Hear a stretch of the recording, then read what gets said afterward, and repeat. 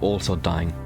And just like that, I was down to Matilda, who only had psychic type damaging attacks.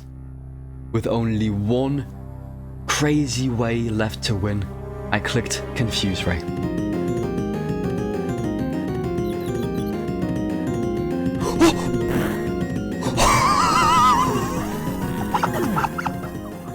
And with just enough luck, I didn't completely wipe the Commander Jupiter. This was a devastating loss. In a matter of minutes, I lost 5 Pokemon. Not Turtwig, one of the rare fire types in this game, Intimidate, who couldn't actually intimidate, Bubbledub, my paralysis setter, Essiotrot with Storm Drain, and Chachut, who never learnt how to tell you all to subscribe. And yet, to honor my fallen comrades, I, as the trainer, holds the responsibility to persevere. And so, with a new ragtag team and an egg in these trying times, I set my eyes on the old chateau in Eternal Forest for a special electric ghost Pokemon. Only to learn that my path was blocked by a single fucking NPC who told me to cycle down south and wouldn't take no for an answer. Fuck him. Luckily, we cycled past the trainers without being spotted, but because this team was really weak, we needed to grind a lot. And I tried, I really tried, but quickly this playthrough I was doing for fun turned into a monotonous and slow chore. I decided to cheat in 999 rare candies and level up my team in minutes.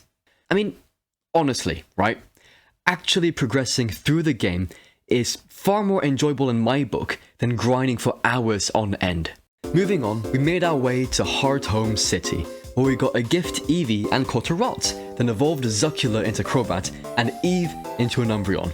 And with that, we were ready to face the third gym leader, Fantina.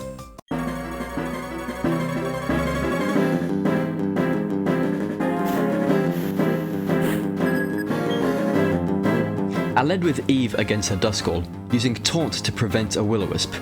I then switched to my Gyarados Carpe Diem and defeated Duskull with Bite. Fantina then sent out her Haunter, so I switched back to Eve, used Taunt, switched to Carpe Diem, and used Bite, but the Haunter did crit before going down. Finally, Fantina sent out her ace, Miss Magius, but it was just too little too late, as Carpe Diem got a critical hit Bite and one-shot her Ghost. And with that, the third badge was mine. Now, I genuinely believe that Fantina is the toughest gym leader in Platinum, because the player is the least well prepared when facing her compared to the other gym leaders. Indeed, for most, if not all of the other gym leaders, the player has extensive experience battling their Pokemon types before facing them. For instance, you have to explore a cave full of rock types before facing Roark, and a forest full of grass types before Gardenia. This is not the case with Fantina, unless you battled the rare Ghastly and Knight in Eternal Forest, or the Driftblim by the Valley Windworks, who only appears on Fridays. In fact, this is probably why there are so many trainers to fight in her gym. Furthermore, you get access to Pokemon who resist and are strong against the types the gym leaders specialize in, such as Flying and Psychic-type Pokemon before Maylene.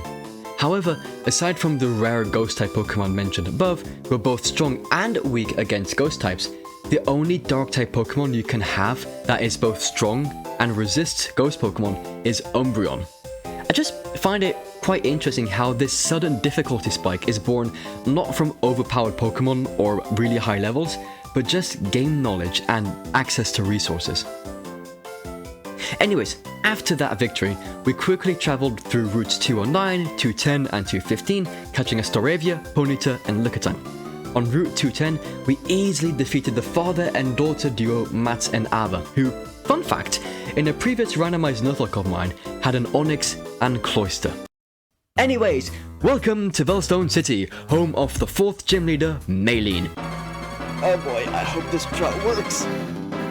For this battle, I wanted to try out a strategy I had never used before, Baton Pass strats, which lets the Pokemon give their stat boost, such as speed or attack, to another Pokemon you are switching into. I led with a Girafarig I caught on Valor Lakefront against Meditite, used 2 agilities, which more than doubled my speed, then Baton passed that speed boost to Gardevoir.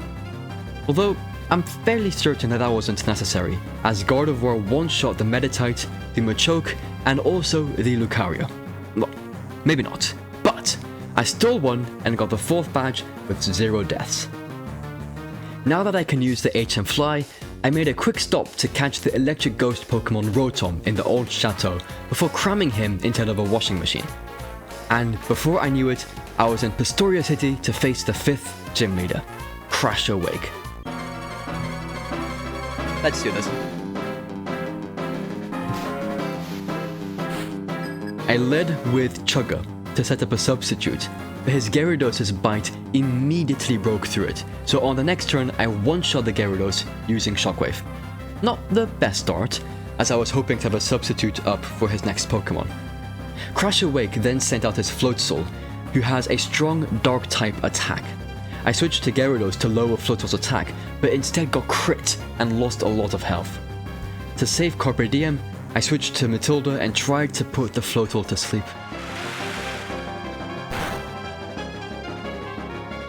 Fuck.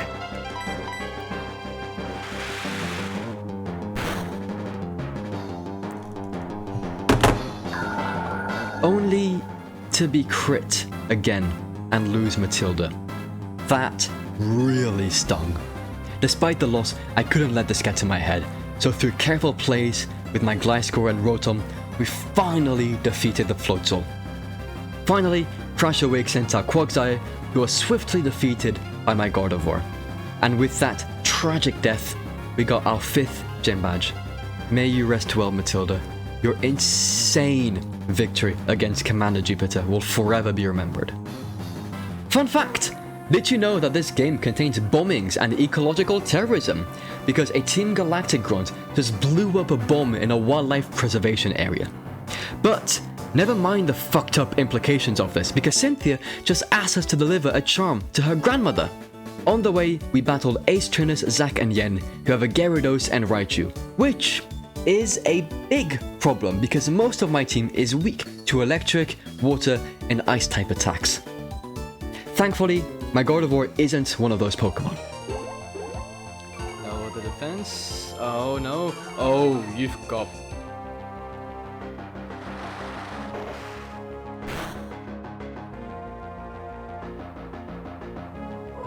Fuck me. But she was killed on turn 1 before she could even attack. Shit. Later in the same battle, my Gliscor was underground, ready to attack Raichu on the next turn, while my Staravia was on a sliver of health. I knew that the Gyarados and Raichu were going to use ice and electric type attacks on Staravia, so I couldn't safely switch into anyone else. Therefore, I decided to sacrifice Staravia to ensure a clean switch. Oh, fuck! Yeah, goodbye. Oh, man. Bye-bye, Wonka. But, turns out, Gliscor is faster than Raichu, so I could have instead switched Staravia for Carpe Diem, let Gliscor kill the Raichu before it could attack, and let Carpe Diem take the Ice-type attack from the opponent's Gyarados, saving a Pokemon in the process. With those losses, we finally arrived at Celestic Town, quickly defeated Cyrus, only to find Cynthia there. So you're telling me that you could have done this trip by yourself, woman? I will not sit for you like this. I'm fine. Let's just move on with the plot, which brings us past Route 218 to Canalave City. Before challenging the 6th gym leader, I explored Iron Island and, unfortunately, lost Eve against the Staraptor. Shit! Oh! No! No! The sandstorm! The sandstorm, no! No! Eve!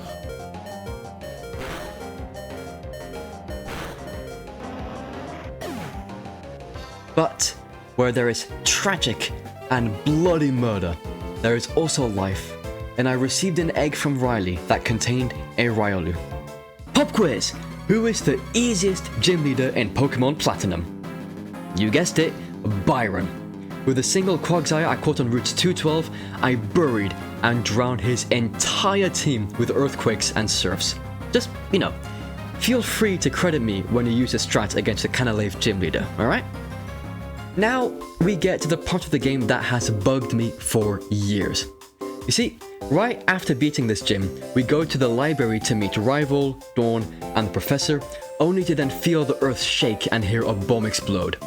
We then learn that the bomb exploded in Valor Lake, which is almost at the complete opposite end of the region. I mean, that's super far away. Look, here on screen is the matrix for the in-game map of Sinnoh, where each of the squares here is a 32 by 32 tiled area. This is what you run around and see in-game, right? So, using a squared plus b squared equals c squared, there are 20.02 of these areas between Canalave and Valor Lake. Assuming that each tile is 1 square meter, 20.02 times 32 equals just over 640 meters? Wow, that's actually not far away at all. How far away can a bomb be heard? 50 miles? Fuck, well, never mind. I stand corrected. Anyways, we learn that Team Galactic is kidnapping the 3 lake spirits, with Commander Jupiter at the most northern lake acuity. With that, Rival and I head north, where I catch a Snover, a male Sneasel, and a Swinub along the way. Before we can stop Jupiter though, we need to bait the 7th gym leader. Shit, fuck. God, I'm so bad at remembering names. Why don't you help me out by writing a comment below? Anyways, my poor memory aside, I led with Lucario, and with one Swords Dance later, I decimated his Sneasel, Piloswine, and Abomasnow before she sent out her ace, the Ice Ghost Frostglass. Which is a problem because Scrambled can't actually touch Ghost-type Pokemon. After trying to deal damage with Whoop Whoop and Carpe Diem, we both took too much damage in return. I knew that my Rapidash was the only one able to defeat Frostglass. But I didn't want to risk taking a crit or freezing switching in, so I sacrificed Playboy for the clean switch. And I'm sure there's a joke here of a Playboy being ghosted, right? Anyways, with Spirit out, a Flame Wheel hit through the double team, and I received my 7th gym badge with only 1 death. Now that I can use Rock Climb in the Overworld, I made my way up to Lake Acuity to find that Commander Jupiter had already defeated Rival and captured the 3rd Lake Trio. Before we can take our sweet revenge against the Commander, we first have to save the Lake Trio from the clutches of Team Galactic. So, after tearing through grunt after grunt, we finally came face to face with the leader himself, Cyrus. Thankfully, Spirit, Easy Life, and Carpe Diem were more than enough to handle his whole team, especially with a cheeky freeze at the end. Frozen on the spot, Cyrus gave us a Master Ball and told us to find the Lake Trio in the basement below. Now, I love how the mood immediately changes when you get there. You walk along this long corridor with green vats lining the walls, a few scientists telling you how appalled they are as to what lies ahead. The music is also fantastic in my opinion. It really emphasizes the eerie and heavy atmosphere as machines beep all around you. Atmosphere and world building aside, we easily defeat Commander Saturn and free the Lake Trio. But it's too late, as we learn that Cyrus and the other 2 commanders are making their way to the top of Mount Coronet to call upon the legendary Pokemon of time and space. After making our way through Mount Coronet, we find Commanders Mars and Jupiter ready to block our path at the very top. And though I was flooded with memories of my past mistakes, I knew that things would be different this time. After a solid battle with Rival, with no deaths on my part, my revenge for not Turtwig, Intimidate, Bubbledub, Essiotrot, and Chatshot was served at last. But despite the cathartic victory, we were too late. Cyrus used the Red Chain to summon Dialga and Palkia, the temporal and spatial Pokemon, and slowly, a new universe without Spirit was born. Despite their best efforts, the Lake Trio were unable to stop them, but something else could.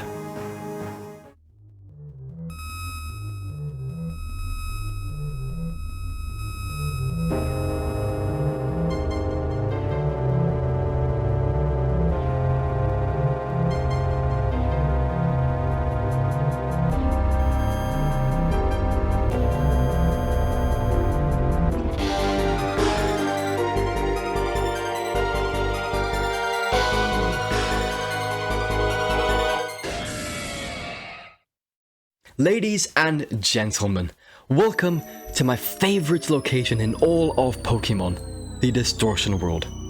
Jagged floating islands populate this dark void in all directions, as we learn that the concept of down is nothing but a matter of perspective as we walk on walls and ceilings. I love how the game lets you explore this quiet yet unnatural environment with little interruption.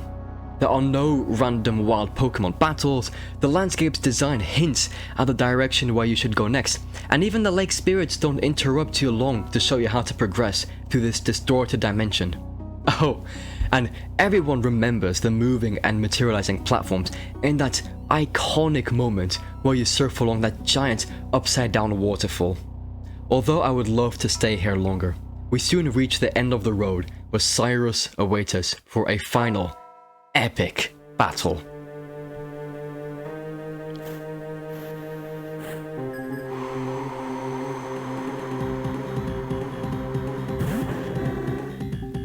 I send out Whoop Whoop to face his Houndoom.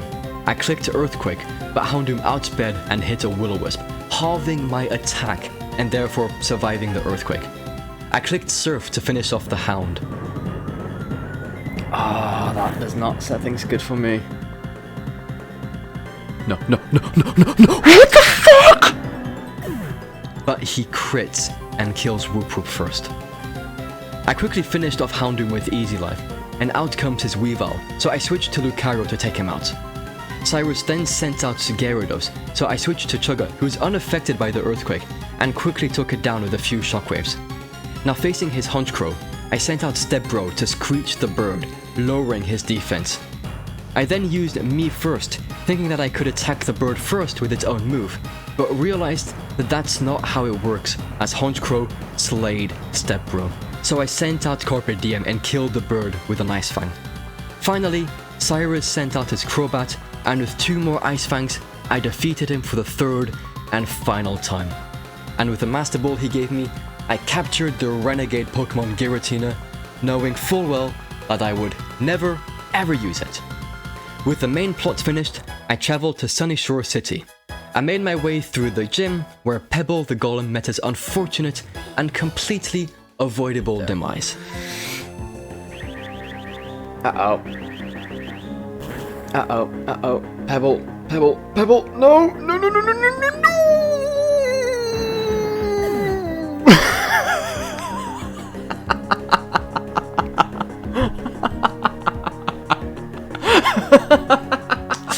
So, yeah, I forgot that Rock was weak to steel.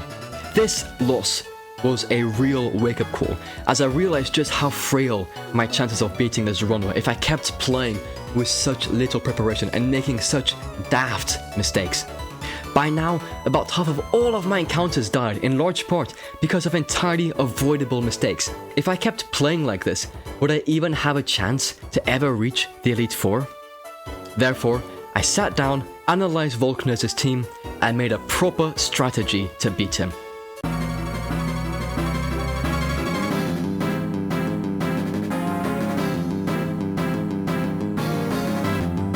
I led with the Easy Life against Volkner's Jolteon, clicked Dig, and got the easy one-shot. Unfortunately, Volkner then sent out Luxray, whose Ice Fang easily kills Easy Life. But I had a plan for this Pokemon. I switched to Carpe Diem using U-Turn to lower Luxray's attack with Intimidate and take very little damage with the upcoming Ice Fang. Knowing that Luxray was about to use Thunder Fang, I switched to Electivire, who is immune to electric damage thanks to Motor Drive. I then continued the cycle until I lowered Luxray's attack by 4 stages, by which point I was ready to attack.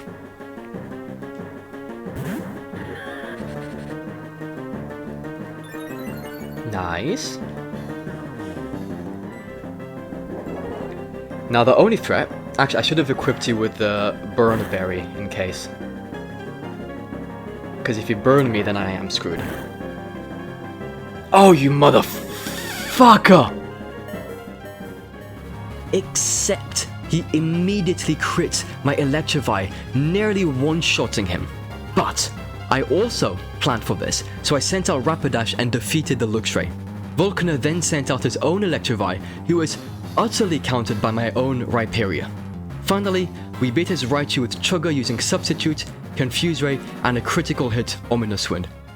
And just like that, we can finally head to the Pokemon League, get a few more encounters and items, then pray to RNGesus for good luck.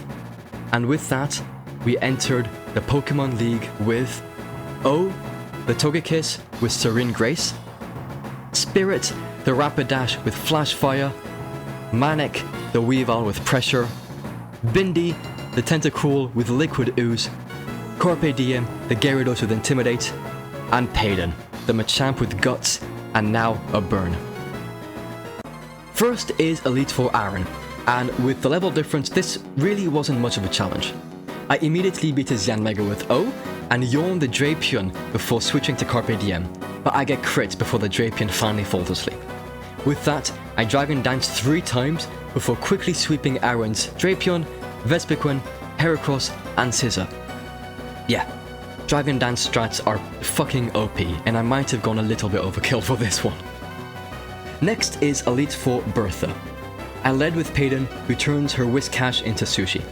I expected a revenge to kill the Gliscor next, but barely dealt over 50% damage. So I switched to Carpe Diem over an Earthquake and took out the Gliscor with an Ice Fang, but not before being outsped and taking a massive hit with Thunder Fang. Carpe Diem then took out her Golem before she sent out her Rhyperior. Now, here I was worried that Carpe Diem wouldn't be able to one-shot the Rhyperior because of his massive physical defense, so I switched to Bindi the Tentacruel and one-shot it with a Hydro Pump. Finally, Bertha sent out her Hippowdon and I one-shot it with a single Surf. We move on to Elite 4 Flint. I led with Bindi to face his Houndoom, clicking Hydro Pump to ensure a one-shot. Infernape came out next, and Bindi survived an Earthquake before retaliating with another Hydro Pump. Flint then sends out Magmortar, and I click Hydro Pump. Please kill, please kill, please kill, please kill, please kill, please kill, please kill, please kill, please kill. Come on. Come on! No! Fuck! Shit, Bindi, I am so sorry. Fuck. Which he barely survived and punished me in return with a Thunderbolt, killing Bindi. So I sent out Carpe Diem to finish off the Magmortar, crit the Flareon, and drown the Rapidash. I'm so sorry, Bindi. Your time with us was short-lived, but loved nonetheless. Finally, we come face to face with Elite 4 Lucian. My plan for this guy was to lead with Manic, quickly beat the Mr. Mime, and then sweep his team until he sends out Gallade, at which point I would play it by ear. Because my whole team was weak to Gallade's moveset, I stayed in and fished for a critical hit Night Slash. Come on, Manic. Get that crit. Get that crit, please. 33%. Jesus Christ.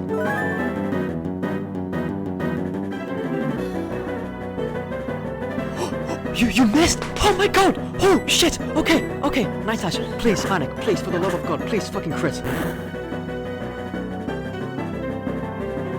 Yes! No, that wasn't a crit. I thought that was a crit. Shit, you're gonna heal up now. Fuck. Manic, hold. Oh, fucking hell. And somehow, Manic survived by the skin of his teeth.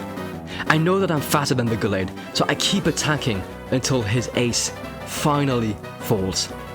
Lucian then sent out his Bronzor, and I know that he will either use Earthquake or Gyro Ball, so I switched to Carpe Diem over an Earthquake.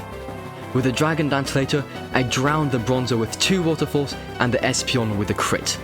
Finally, Lucian sends out his Alakazam. Fearing that it would have been faster than Carpe Diem, I decided to switch to O to take the Psychic, and then, with a lucky critical hit Air Slash, we one-shot the Alakazam and beat all Elite 4 members. At long last, despite all of my mistakes and misplays, all 16 deaths of this run, I stand before Champion Cynthia. This legendary trainer whose piano theme you hear right now still sends shivers down my spine. And in spite of my nerves, I felt a lot calmer than I expected then. Perhaps because for the first time in this entire run, I don't need to play defensively, to think about the next battle and those after that. This time, all I need to do is win, and by any means necessary. Okie dokie.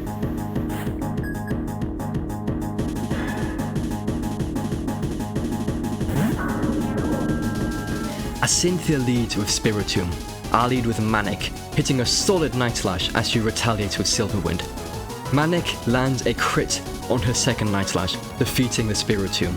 So Cynthia follows up with Lucario, and because I don't need Manic for any of her other Pokemon, I click Night Slash one last time, dealing a little damage before her Lucario finishes off Manic.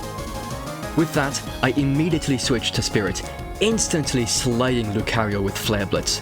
Out comes Milotic, a bulky water type whose physical defense is lower than her special defense. Knowing this, I sent out Payden, who I brought specifically for this Pokemon. With his high attack stats increased by Guts and holding a fist plate to further increase the damage of fighting type moves, I click Cross Chop and hope for the kill. Hayden, you need to fucking hurt her.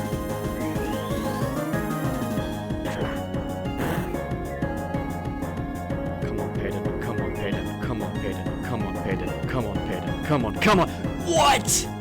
Oh shit! Okay, okay. Yeah, full heal. Fantastic, that's fine. Full heal, all you like. Oh shit balls.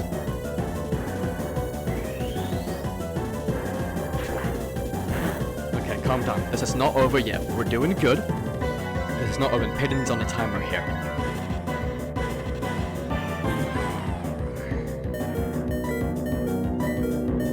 Shit, you're just slightly faster than me. Fuck. Okay, that's fine. Unfortunately, even with 2 attempts, Milotic survives by a hair. I am faced with a tough decision now. Who to send out next? You see, if I kill Milotic with Carpe Diem, then if Cynthia sends out Garchomp, I can't intimidate it without switching twice. And if she sends out Togekiss instead, she forces me to switch to Spirit to take the electric move Shockwave. As for O, I wasn't actually sure if I outsped the Milotic, who has an ice type move, so I would just take a lot of damage for no reason. However, if I send out Spirit, then Cynthia will most likely send out Garchomp afterwards and use Earthquake, giving me the perfect opportunity to then switch to Carpe Diem, lower the Garchomp's attack while taking no damage. And then we can get a few Intimidates off as well.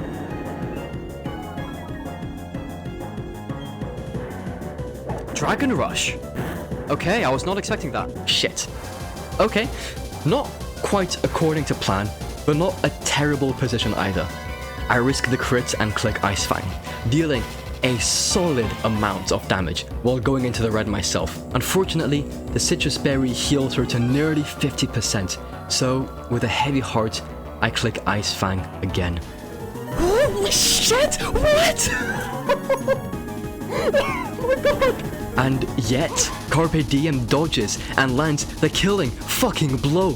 Cynthia then sends out Togekiss next, so I decide to deal a little more damage with Waterfall before letting Carpe Diem fall. Only, it's clearly not me who decides when Carpe Diem is done, but herself as the air slash misses. However, this luck cannot last forever, and after another Waterfall, Togekiss finally hits and lands a killing blow. I finish off the Togekiss with Spirit, and Cynthia sends out her final Pokemon, the Grass-type Roserade. And so, with a final Flare Blitz, it's all over. We defeated Cynthia and recorded our Pokemon to be forever remembered in the Hall of Fame.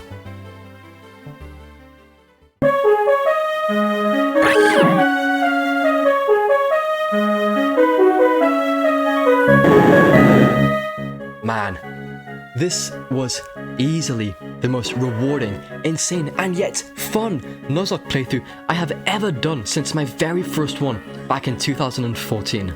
No, I'm not going to waste your time waxing poetics, but this game will always hold a special place in my heart. And though I don't intend on hardcore Nuzlocking it again for a while, I'm sure that one day I'll try again and see how much I've learned. And maybe then, I won't have to rely on so much bullshit luck to claim another victory. So, yeah.